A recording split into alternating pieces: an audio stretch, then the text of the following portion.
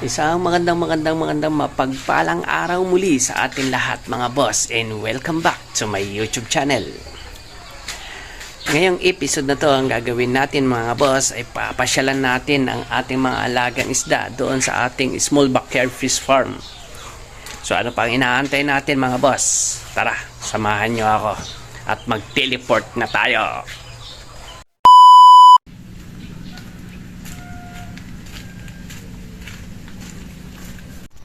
So ayan mga boss, dito tayo muli sa ating fish farm. So maulan-ulan na kasi, madalas yung pag-ulan-ulan, kaya ito kung nakikita nyo, marami na namang mga damo. Yung mga damo na is nagsisitubuan na. Siya nga pala, mayroon pala tayong nagtanim pala tayo dito ng ampalaya. So yung ampalaya na to is mga native na ampalaya. Kasi yung mga native na ampalaya is mas masasarap po yung mga yan kumpara dun sa mga imported or yung mga malalaki na ampalaya. Tapos nagtanim na rin tayo dito ng kamote para nang sa ganun meron din tayo magamit-gamit pag nandito tayo. So meron din tayong tanim dito na gabi, sana maparami natin to at tumutubo na rin sila. At maya maya pa sasalamatan natin yung taong nagbigay nito. At puntahan naman na natin yung mga alaga nating isda. So magtatanggal na tayo dito ng mga takip nila. So kailangan kasi madalas tinatakpan ko to gawa nga ng pag umuulan. Mahirap na kasi pag umapaw, automatic yan, mawawala yung mga natin, alaga nating mga isda. So magtatanggal lang ako dito. One time kasi nung hindi ko nakalimutan kong takpan to, ang nangyari is muntik-muntikan na pong umapaw yung mga tubig dito sa ating mga container at dito sa ating ref tub. Kaya mas maganda naman talaga na merong silang takip para anytime na umulan hindi tayo mababahala na mapupuno yung ref tub natin at yung mga container natin dito. Meron akong mga nakitang video na yung mga water lettuce nila is ang gaganda, ang lalaki ng mga dahon nila. Nung binigay nila to sa akin, yung mga water lettuce na to is akala mo para siyang lettuce na lettuce talaga yung itsura niya. Para siyang pichay na parang may pagkaripulyo yung dating niya kasi malagong malago yung dahon niya. Pero nakapagparami naman ako, yun nga lang is ganito yung itsura niya na.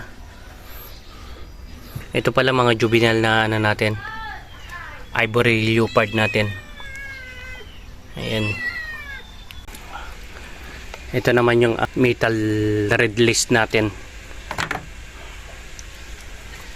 At ito naman yung magenta pink natin. So ayan. So napansin ko dito sa ating mga alaga, meron na pala silang mga fry. Siguro hindi lang to ganito kadami to, pero dahil sa konti lang yung mga halaman na nandito, malamang mga nakain na itong mga to. Pero ang gagawin natin dito is maglalagay tayo ng mga halaman para dagdag sa protection ng ating mga fry.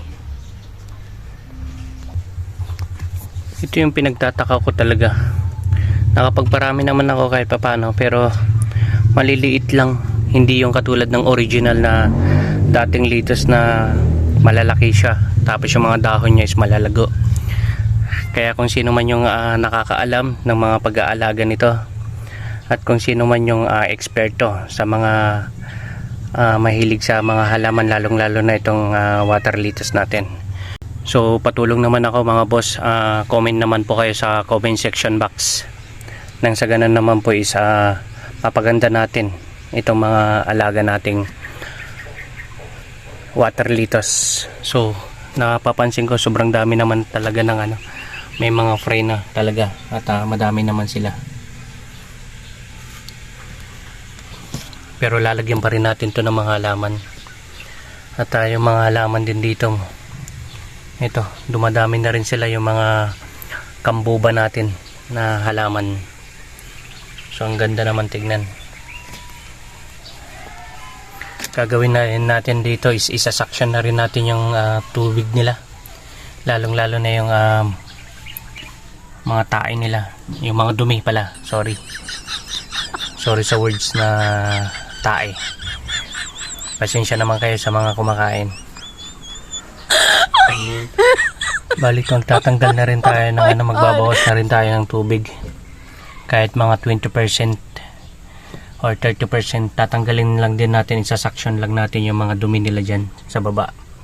Nang sa ganun is mas mapapanatili natin na yung tubig nila is maganda pa rin yung quality niya. At maiwasan natin yung pneumonia, sorry. Ammonia po pala. Oh my God. Hindi po pneumonia. Ammonia. Yan po. Tapos update lang po tayo dito sa alaga nating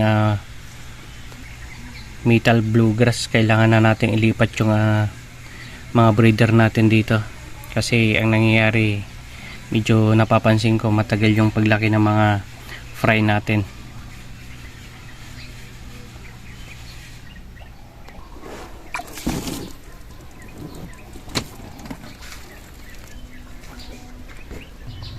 Naglalagay po ako ng screen ng ganito kasi one time kasi may nakita kasi akong palaka na nakapasok dito. So yung palaka na yun is kumakain din ng isda. Kaya for safety at para maiwasan na rin yung may makapasok ulit ng palaka, mas maganda na nalagyan na lang natin ng screen. Pero hindi po lahat, pero darating yung time na lalahatin natin. Nang sa ganun is maiwasan nga naman talaga yung palaka na nakakapasok dito. So kung napapansin nyo mga boss, karamihan na ginagamit ko na takip puro mga salamin. Kasi mga salamin kasi yung madami sa akin na rita-ritaso, kaya ito yung mga ginagamit ko. At the same time kahit papano pwede kasi natin masilip kahit hindi natin binubuksan. So katulad nito, dumami yung tubig nila. Hindi naman kasi ganito kadami yung tubig nila to dati. At kailangan na rin natin magpalit ng tubig nito kasi medyo napapansin ko yung amoy niya is iba na. Para maiwasan din natin na mamatayan tayo ng isda. So naglagay din ako ng ganitong halaman para nang sa ganun maraming mapagtataguan yung mga maliliit natin na isda. Ang gagawin ko siguro dito is isa-suction ko siya. Magtatanggal tayo ng tubig ang iiwan na lang natin dito is mga 20%. Halos sagad-sagarin na natin yung tubig niya para sa ganun is mawala talaga yung amoy niya. Since umaga naman na, tanggalin na natin tong screen kasi wala din naman nang papasok ng palaka nito pag mga ganitong oras. Lahat ng mga palaka ay nakatago.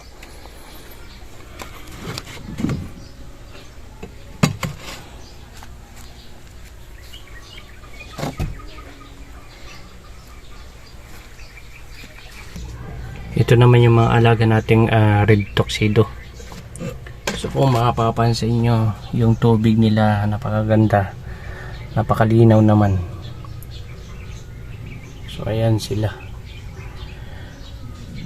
Nagsama-sama na po lahat dyan ng female at male po. So ang gagawin din natin dito is lalagyan din na rin natin ng halaman kasi anytime pwede na silang mag-drop ng mga fry nila. Kaya para masigurado na tayo is lalagyan na natin to ng mga halaman. Nang sa ganun meron na rin silang mapagtataguan pag nanganganak sila.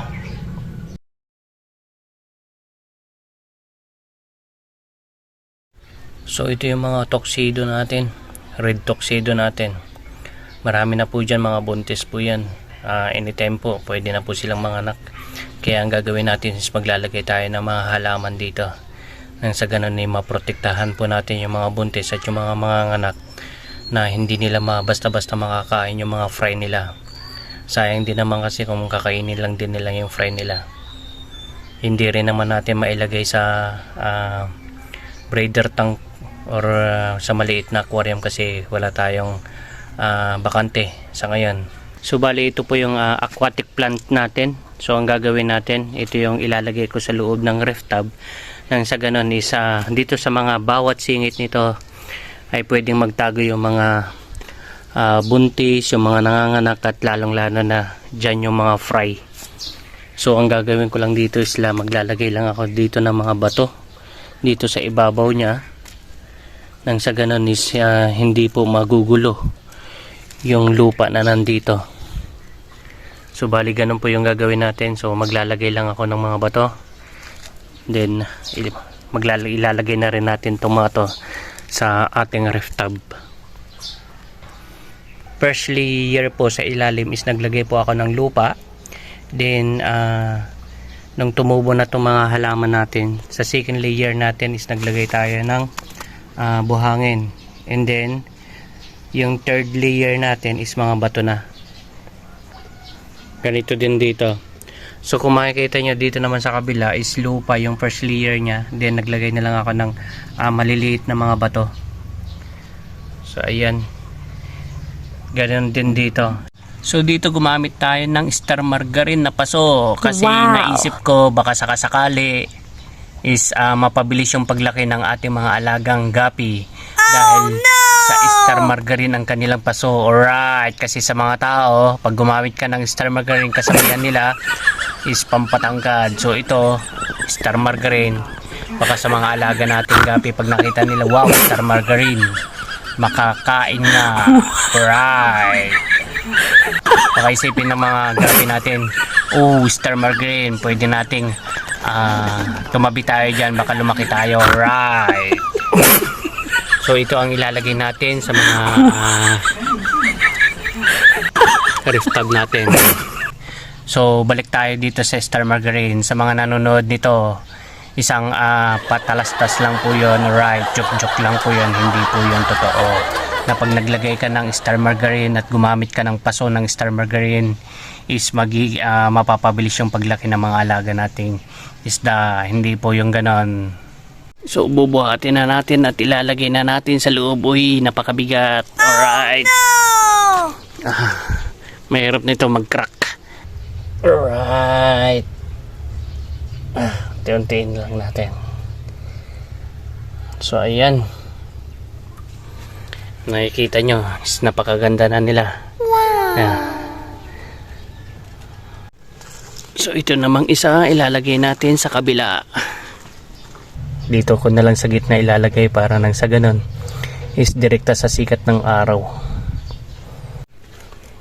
Isa din na naitutulong ng mga halaman na to is nagpuproduce kasi sila ng oxygen. Kaya kahit na wala silang oxygen, alaga nating isda is nakapag-produce to ng oxygen to mga halaman na to. So dito lang tayo magpapadami ng mga alaga natin na isda. Sana pag nanganak na sila is makakasurvive na yung mga anak. Kasi dahil sa mga inilagay natin mga halaman na to. Bago tayo magpaalam sa vlog na to, gusto ko pong i-shout out ang family Rondillas po. Dyan sa bayan ng San Nicolas, Barangay San Rafael, Poblacion Waste. Boss Louie, Boss Marites, at ang buong family po nyo, maraming salamat po sa mainit na pagtanggap nyo po sa amin dyan sa aming pagbisita. Maraming salamat din po sa mga gulay na binigay nyo po sa amin. At yung gabi po, nagkaroon na rin po ng dahon na itanim ko na po.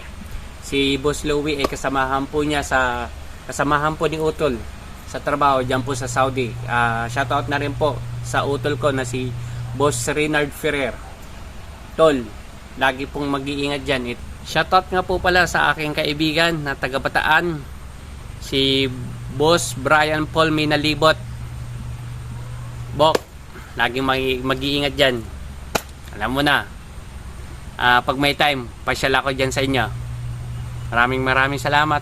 At kukunin ko na rin yung pagkakataon na to sa mga hindi pa nakapag-subscribe, at kung ikaw ay naligaw sa aking YouTube channel, hinihiling ko po na please subscribe and click na rin po ang notification bell para updated po kayo sa mga susunod ko na vlog. Hanggang sa muli, paalam!